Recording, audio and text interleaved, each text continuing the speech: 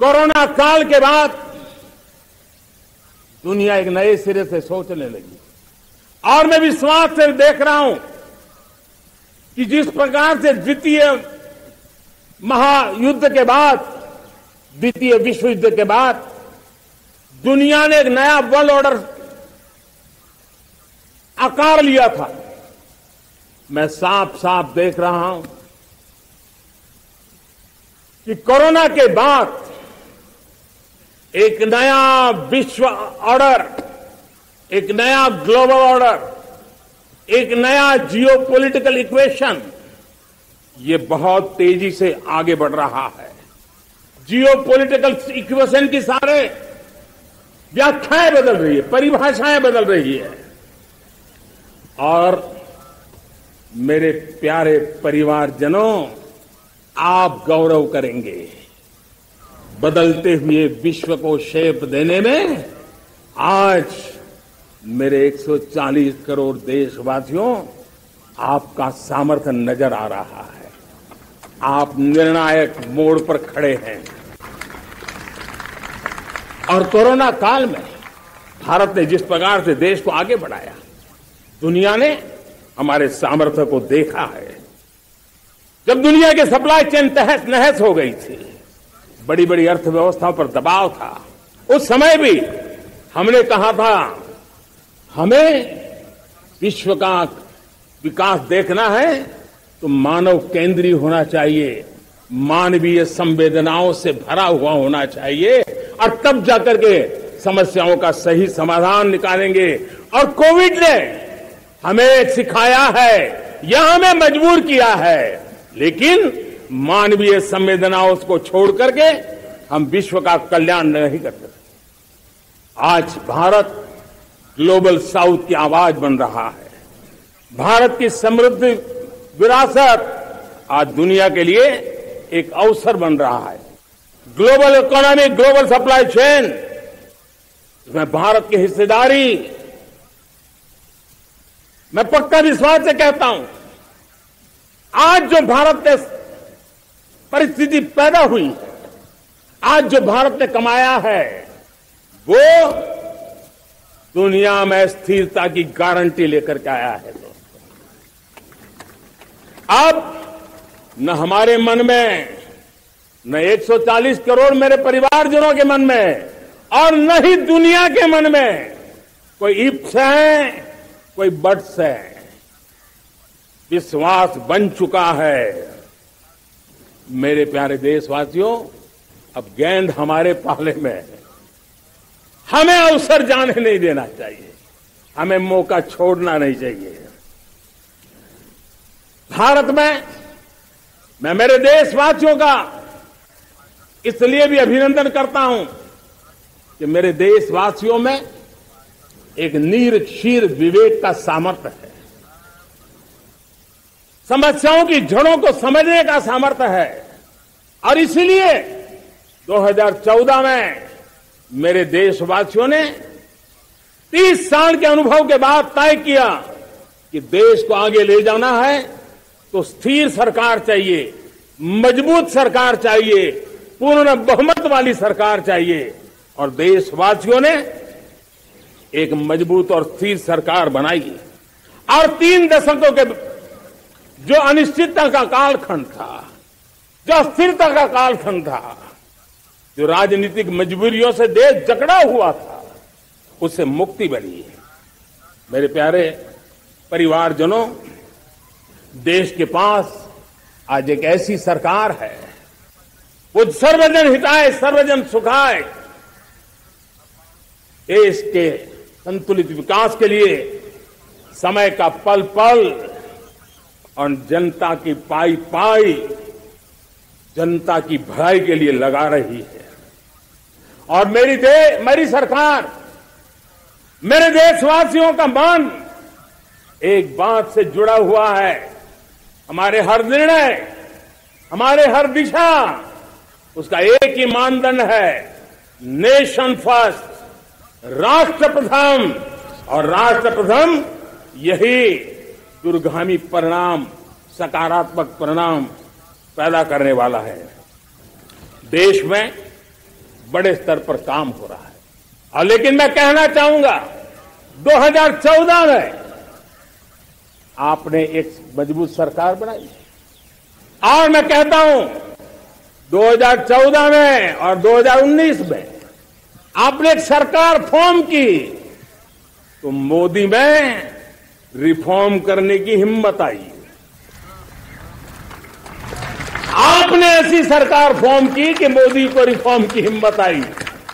और जब मोदी ने एक के बाद एक रिफॉर्म किए तो मेरे ब्यूरोक्रेसी के लोग, मेरे लाखों हाथ पैर जो हिंदुस्तान के कोने कोने में सरकार के हिस्से के रूप में काम कर रहे हैं, उन्होंने ब्यूरोक्रेसी ने ट्रांसफॉर्म करने के लिए परफॉर्म करने की जिम्मेवारी बखूबी निभाई और उन्होंने परफॉर्म करके दिखाया और जनता जनार्दन जुड़ गई तो वो ट्रांसफॉर्म होता भी नजर आ रहा है। और इसलिए रिफॉर्म, परफॉर्म, ट्रांसफॉर्म ये कालखंड अब भारत के भविष्य को गढ़ रहा है। और हमारी सोच देश की उस ताकतों को बढ़ावा देने पर है जो आने वाले 1000 साल की नींव को मजबूत करने वाले। दुनिया को युवा शक्ति की जरूरत है, युवा स्किल की जरूरत है। हमने अलग स्किल मिनिस्ट्री बनाई, वो भारत की आवश्यकताओं को तो पूरी करेगी, वो दुनिया की आवश्यकताओं को पूरी करने का भी सामर्थ्य रखेगी। हमने जल शक्ति मंत्रालय बनाया। मंत्रालय की बनाने की रचना को भी अगर कोई एनालिसिस करेगा ना तो इस सरकार के मन मस्तिष्क को बड़े अच्छे ढंग से आप समझ पाएंगे। हमने जल शक्ति मंत्रालय बनाया। ये जल शक्ति मंत्रालय हमारे देश के एक एक देशवासियों को पीने का शुद्ध पानी पहुंचे, पर्यावरण की रक्षा के लिए पानी के प्रति संवेदनशील व्यवस्थाएं विकसित हो, उस पर हम बल रहे हैं। हमारे देश में कोरोना के बाद दुनिया देख रही है होलिस्टिक हेल्थ केयर, ये समय की मांग है। हमने अलग आयुष मंत्रालय बनाया और योग और आयुष आज दुनिया में अपना परचम लहरा रहे हैं। हमने दुनिया को हमारे कमिटमेंट के कारण विश्व का हमारे प्रति ध्यान गया है। अगर हम ही हमारे इस सामर्थ्य को नकार देंगे तो फिर दुनिया कैसे स्वीकार करेगी। लेकिन जब मंत्रालय बना तो दुनिया को भी उसका मूल्य समझ में आया। मत्स्य पालन, हमारा इतना बड़ा समुद्री तट, हमारे कोटि कोटि मछुआरे भाई बहन, उनका कल्याण भी हमारे दिलों में है। और इसलिए हमने अलग से मत्स्य पालन को लेकर के, पशुपालन को लेकर के, डेयरी को लेकर के अलग मंत्रालय की रचना की ताकि समाज के जिस वर्ग के लोग पीछे रह गए उनको हम साथ दें। देश में सरकारी अर्थव्यवस्था के हिस्से होते हैं, लेकिन समाज की अर्थव्यवस्था का एक बड़ा हिस्सा है कोऑपरेटिव मूवमेंट। उसको बल देने के लिए, उसको आधुनिकता लाने के लिए और देश के कोने कोने में लोकतंत्र की एक सबसे बड़ी इकाई को मजबूत करने के लिए हमने अलग कोऑपरेटिव मंत्रालय बनाया। और वो हमारी सहकारी संस्थाएं उसका जाल बिछा रहा है ताकि गरीब से गरीब की वहां सुनवाई हो, उसकी आवश्यकताओं की पूर्ति हो और वो भी राष्ट्र के विकास की योगदान में एक छोटी इकाई का हिस्सा बनकर के उसमें वो योगदान दे रखें। हमने सहकार से समृद्धि का रास्ता अपनाया है। मेरे प्यारे परिवारजनों, जब हम लोग 14 में आए थे तो हम वैश्विक अर्थव्यवस्था में 10वें नंबर पर थे और आज 140 करोड़ देशवासियों का पुरुषार्थ रंग लाया है कि हम विश्व की अर्थव्यवस्था में 5वें नंबर पर पहुंच चुके हैं। और ये ऐसे ही नहीं हुआ है।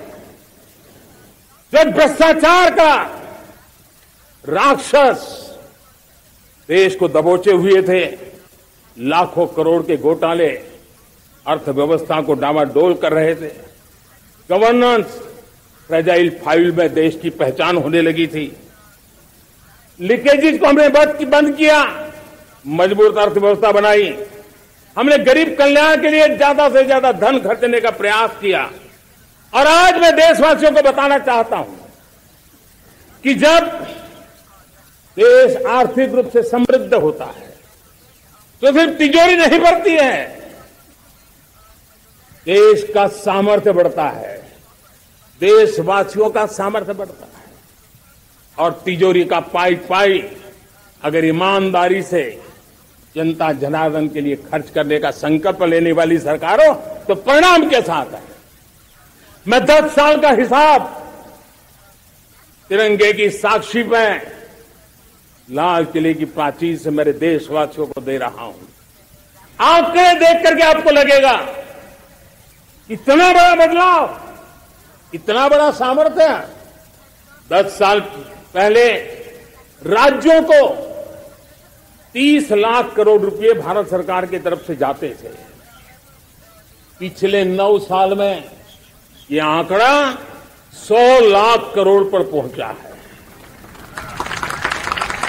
पहले स्थानीय निकाय के विकास के लिए भारत सरकार के खजाने से 70,000 करोड़ रुपया जाता था, आज वो 3 लाख करोड़ से भी ज्यादा जा रहा है। पहले गरीबों के घर बनाने के लिए 90,000 करोड़ रुपया खर्च होता था, आज वो 4 गुना होकर के 4 लाख करोड़ से भी ज्यादा खर्च गरीबों के घर बनाने के लिए हो रहा है। पहले गरीबों को यूरिया सस्ता मिले, जो यूरिया की बैग दुनिया के कुछ बाजारों में 3,000 में बिकती है, वो यूरिया की बैग मेरे किसानों को 300 में मिले।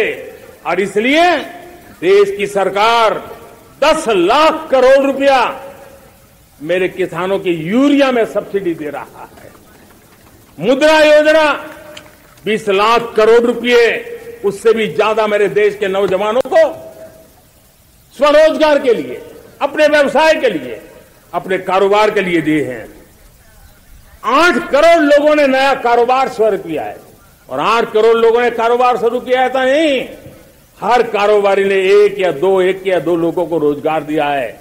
8 से 10 करोड़ नए लोगों को रोजगार देने का सामर्थ्य ये मुद्रा योजना से लाभ लेने वाले 8 करोड़ नागरिकों का रहा है। एमएसएमई को करीब 3.5 लाख करोड़ रुपए की मदद से कोरोना के संकट में भी उनको डूबने नहीं दिया, मरने नहीं दिया, उनको एक ताकत दी है। 1 रैंक 1 पेंशन मेरे देश के सेना के जवानों का एक सम्मान का विषय था।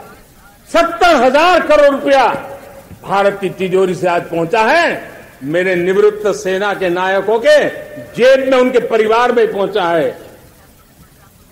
सभी कैटेगरी में, मैंने तो कुछ ही गिनाए, मैं ज्यादा समय लेना नहीं चाहता। हर कैटेगरी में पहले की तुलना में अनेक गुना धन देश के विकास के लिए, कोने कोने में रोजगार पैदा करने के लिए, पाई पाई का उपयोग भारत का भाग्य बदलने के लिए हो, और इसलिए हमने काम किया है।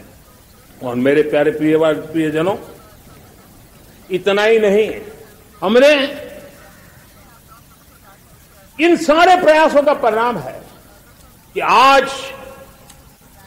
5 साल के मेरे कार्यकाल में, 5 साल के कार्यकाल में, 5 साल में 13.5 करोड़ मेरे गरीब भाई बहन गरीबी की जंजीरों को तोड़ करके न्यू मिडिल क्लास के रूप में बाहर आए हैं।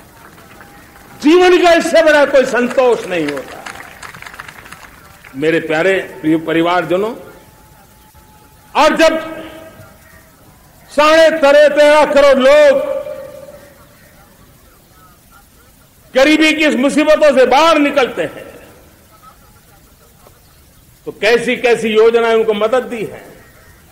उनको आवास योजना का लाभ मिलना, पीएम स्वनिधि से 50,000 करोड़ रुपया रेहड़ी पटरी वालों तक पहुंचाया है। आने वाले दिनों में, आने वाली विश्वकर्मा जयंती पर एक कार्यक्रम हम लागू करेंगे।